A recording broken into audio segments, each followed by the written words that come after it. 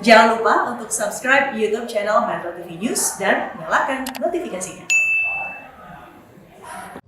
Pemirsa, Indonesia diketahui sudah bebas penyakit mulut dan kuku pada ternak sejak tahun 1986 dan telah mendapatkan pengakuan internasional pada tahun 1990 silam. Lalu dari mana asal penyakit mulut dan kuku yang menjadi wabah di Jawa Timur saat ini? Mampukah diatasi sebelum Idul Adha?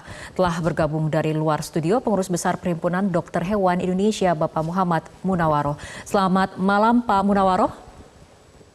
Selamat malam, Assalamualaikum warahmatullahi wabarakatuh.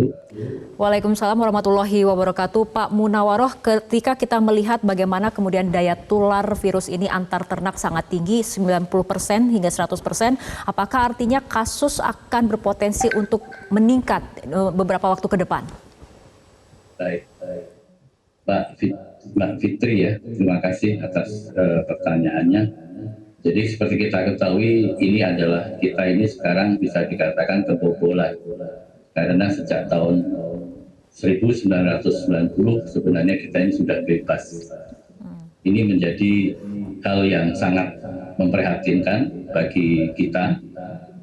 Oleh karena itu, kita ketahui bahwa PMK ini merupakan penyakit yang sangat mudah menular. Karena penularannya menggunakan udara atau airborne. Oleh karena itu, kalau kita katakan apakah sebelum Idul Adha ini selesai, perlu diketahui bahwa PMK ini adalah virus. Dan bisa dikatakan virus itu tidak ada obatnya. Oke. Obatnya hanya ada satu untuk mencegah supaya tidak terkena, adalah dengan menggunakan vaksin. Ini tidak jauh beda seperti COVID. Oke. Setelah ada vaksin, maka akan memudahkan tidak terjadi penularan. Oke.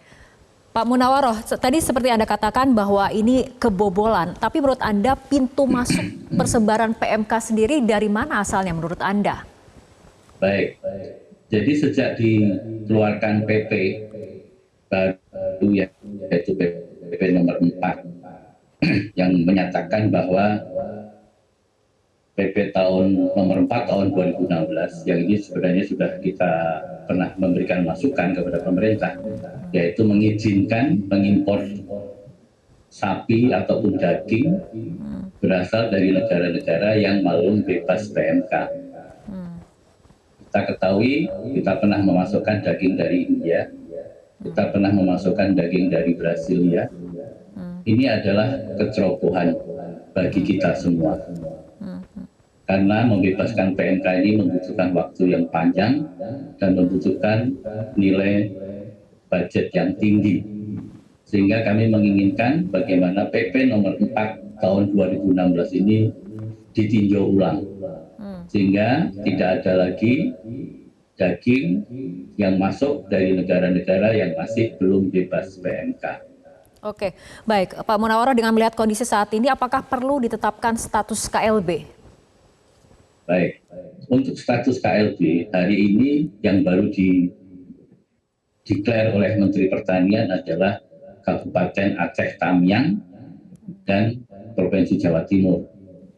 Namun selama ini sudah banyak info masuk di daerah Jawa Barat, di daerah Bangka Belitung, karena semua sapi ini berasal dari Jawa Timur. Kita tinggal menunggu seberapa luas penyebaran PMK ini sehingga bisa dikatakan kejadian yang luar biasa. Ini pemerintah harus segera mengambil keputusan yang tepat agar bisa dilakukan penanganan secara baik.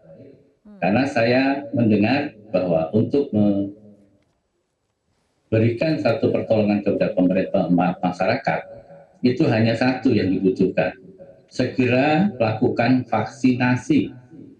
Apabila memang Indonesia belum mampu menyediakan vaksinasi, bisa segera mengimpor dari negara-negara setelah kita tahu jenis virus yang menular di Indonesia. Oke, baik Pak Munawaroh, kita butuh ketegasan kembali. Bagaimana sebetulnya dampak terhadap manusia? Apakah kemudian virus ini bisa menular dari hewan ke manusia? Atau apa dampaknya jika manusia mengkonsumsi daging yang terpapar PMK ini? Baik, saya tegaskan di sini bahwa PMK ini tidak menular kepada manusia, sehingga tidak perlu takut mengkonsumsi daging yang sapinya tertular PMK.